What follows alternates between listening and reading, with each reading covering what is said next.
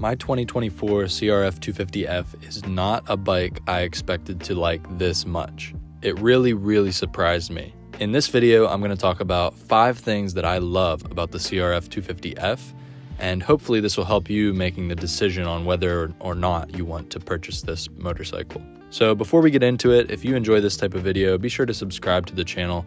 I'm trying to get to 1,000 subs. It's free and it really helps me out, so click that button below to join the SoupMoto crew today. Also, don't forget to like the video and comment below if I missed anything, or if you have any thoughts or opinions on this bike. I'd love to continue the conversation down in the comment section below.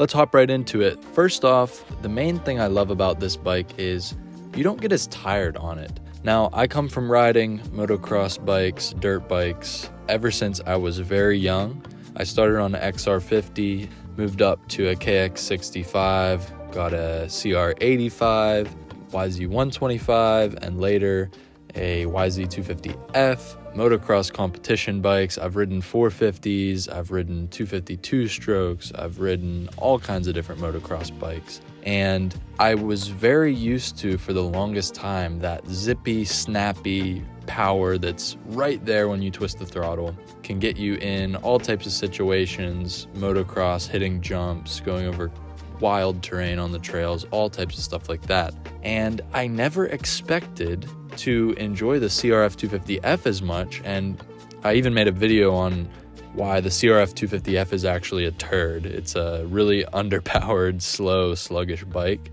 and I made a video on why that's actually a good thing. And it kind of ties into the first reason that I love this bike.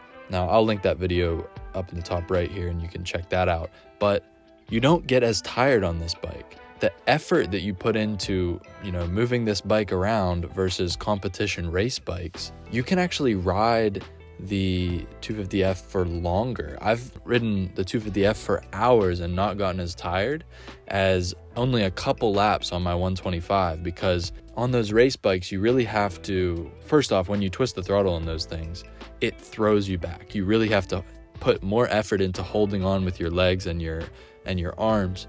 Whereas the nice, gentle delivery of the CRF250F makes it so you can keep your stamina going for much longer and your endurance on these bikes. And that just makes it more enjoyable to ride. It's much more fun. And that kind of leads us into number 2. You can go slow on the CRF250F. It doesn't always want to rip out of your hands. Like, as an example, my YZ125, it is like a racehorse lined up behind the starting gate. It just always wants to go. It's banging into the gate. It really wants to get going. I don't know why I'm using this example, because I've never raced race horses, but I can imagine that those race horses really want to just get out of the gate and start sprinting. Whereas the CRF250F, kind of a weird analogy here, but the CRF250F is like a donkey. It's just chilling. It's vibing in the field, doing its own thing. And also, I've never ridden a donkey, so I don't know how that works, but I would imagine you just hop on that thing and you just putt around. You're going around, you're eating some grasses, you're chilling, you're hanging out. And that's kind of how the CRF250F is compared to motocross race bikes. You can just chill, putt around, explore nature, check out the scenery. And when you do go fast on it, when you go fast on a slow bike, it's also very fun. That's a little honorable mention there. The third point that I really love about the CRF250F is the electric start. All you got to do is gas the thing up and ride it. You don't have to worry about a carburetor or anything. And also, I'll tie into this, the fuel injection versus carbureted engine makes it really nice and simple as well. But the e-start, press the button, man. It's going, it's started up, and you're ready to rip. It's dead simple, dead simple. I love the electric start. This is the first bike I've owned with an electric start, and it is amazing on the trails, just putting around. It makes it a dead simple bike to ride, and that just makes it so enjoyable. One of the other reasons why I love this bike. And that leads into point number 4. Because it is a dead simple motorcycle, it is so approachable for beginners. All of your friends can ride it, and that is the main reason why I got this bike in the first place. It is so approachable for beginners. I got my girlfriend started on riding, and she tried out an old vintage bike first, and then I had her on my YZ125 and the YZ250F, and they were just way too snappy and barky for her. to build that confidence on as a beginner. And they're just not approachable bikes at all. You shouldn't start giving your friends lessons on those types of bikes.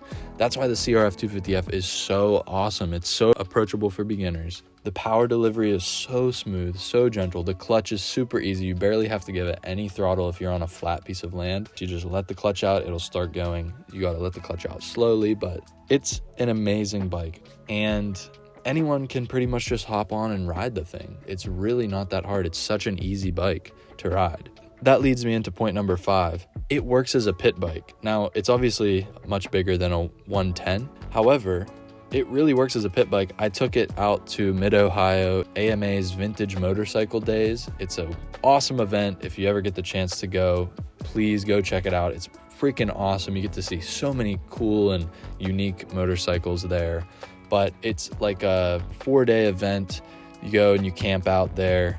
I used the CRF250F as a pit bike the entire time I was there. It got me around from place to place, checking out the motocross track and the road course and going down to the infield and checking out all the vendors and stuff. It got me around as a pit bike.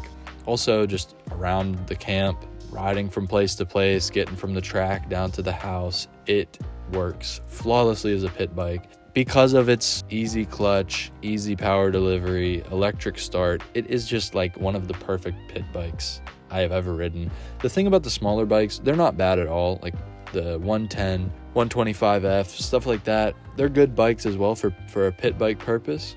But because they're on a very small frame, they're good for kids and stuff, but it does get a little cramped if you're riding on it as an adult.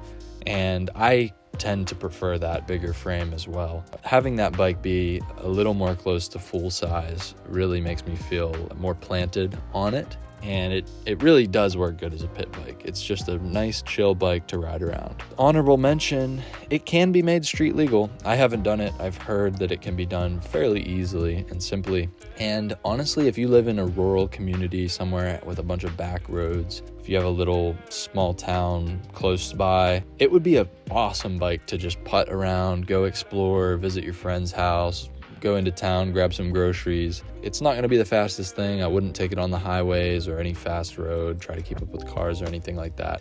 But I think it would be a great little dual sport motorcycle if you turned it street legal. I've never done it, but I've heard it can be done fairly simply. That's number 6, honorable mention. Threw that one in there for you guys. I hope you enjoyed. Please comment below. Let me know if I missed anything, or if you have any opinions on this bike. I would love to hear them in the comment section below. Thank you guys for watching.